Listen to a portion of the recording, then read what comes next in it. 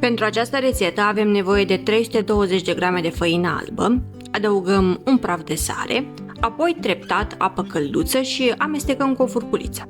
Apa trebuie să fie la aproximativ 40-50 de grade Celsius, destul de caldă încât să ajute la formarea glutenului, dar nu fierbinte. Încorporăm toată făina, apoi frământăm aluatul timp de 8-10 minute.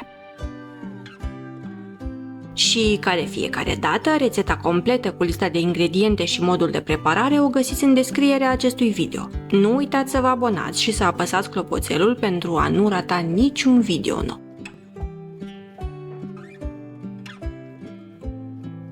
Vom acoperi bolul cu folie alimentară și lăsăm aluatul să se odihnească. Timpul de repaus între 30 și 60 de minute. Este esențial pentru a permite glutenului să se relaxeze. Acest lucru va face ca aluatul să fie ușor de întins mai târziu, fără să se retragă. În timp ce aluatul se odihnește, tocăm mărunt 4 fire de ceapă verde. E primăvară, iar piețele sunt pline de verdețuri. Printre ele, ceapa verde strălucește prin prospețime și aromă, așa că ar fi păcat să nu profităm din plin de ea.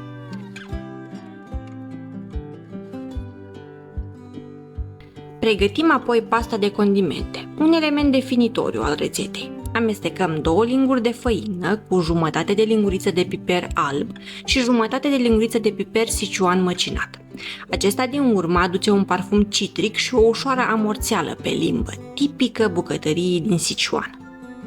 Încălzim 3 linguri de ulei de măsline sau orice ulei vegetal cu gust neutru în funcție de preferințe. Doar îl încălzim puțin, nu îl ardem. Turnăm uleiul, atenție, trebuie să sfârâie când îl turnăm. Acest pas nu doar activează aromele, ci transformă amestecul într-o pastă parfumată, cu note calde și ușor picante. Pasta aceasta are și un rol funcțional, ajută la crearea straturilor în clădită. Uleiul din pastă împiedică lipirea straturilor de aluat între ele în timpul rulării, iar făina din compoziție contribuie la textură. Rezultatul? Straturi vizibile, fragede, care se desfac ușor la fiecare mușcătură. Punem puțin ulei pe suprafața de lucru, împărțim aluatul în 4-5 bucăți egale și formăm biluțe. Această rețetă tradițională chinezească, cunoscută sub numele de Chongyubing, este originară din estul Chinei și este extrem de populară în orașe precum Shanghai și Hangzhou, 2 centre gastronomice renumite pentru street food-ul lor savuros și rafinat.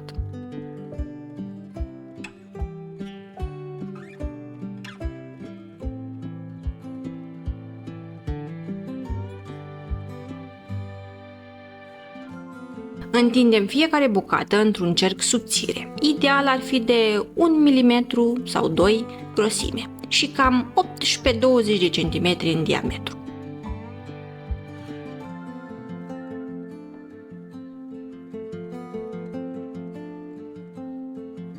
Apoi întindem un strat subțire din pasta noastră aromată peste toată suprafața și presărăm ceapă verde tocată fin. Ceapa aduce un contrast de prospețime și dulceață. Urmează o tehnică interesantă de rulare. Tăiem o rază de la marginea cercului până în mijloc. Apoi începem să rulăm de la una din laturile tăieturii, formând o spirală, ca un con de înghețată.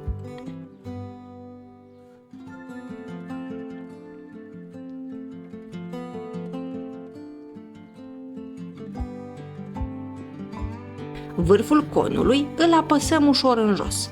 Acest pas este important, el asigură formarea straturilor atunci când întindem din nou aluatul. Într-o tigaie antiaderentă punem puțin ulei și o lăsăm să se încingă. Ultimul pas. Întindem fiecare bucată de aluat într-o clătită de aproximativ 0,5 cm grosime. Nu întindem prea tare, vrem să păstrăm cât mai multe din straturile pe care le-am creat. Prăjim fiecare clătită câte 2-3 minute pe fiecare parte la foc mediu. Veți observa cum începe să se umfle ușor, semn că straturile se separă. La final trebuie să fie aurie, crocantă la exterior, dar moale și stratificată în interior, aproape ca un foietaj simplificat cu arome asiatice. Se servesc calde, tăiate în triunghiuri. Tradițional se acompaniază cu un sos simplu, un amestec de sos de soia, oțet de orez, puțin zahăr, fulgi de ardei iute și puțin ulei de susan. Aceste clătite cu ceapă verde pot fi servite ca gustare, mic dejun sau chiar ca parte dintr-un meniu mai amplu. Dincolo de gust, această rețetă este o lecție despre cum ingredientele simple, combinate cu tehnici tradiționale, pot crea ceva spectaculos.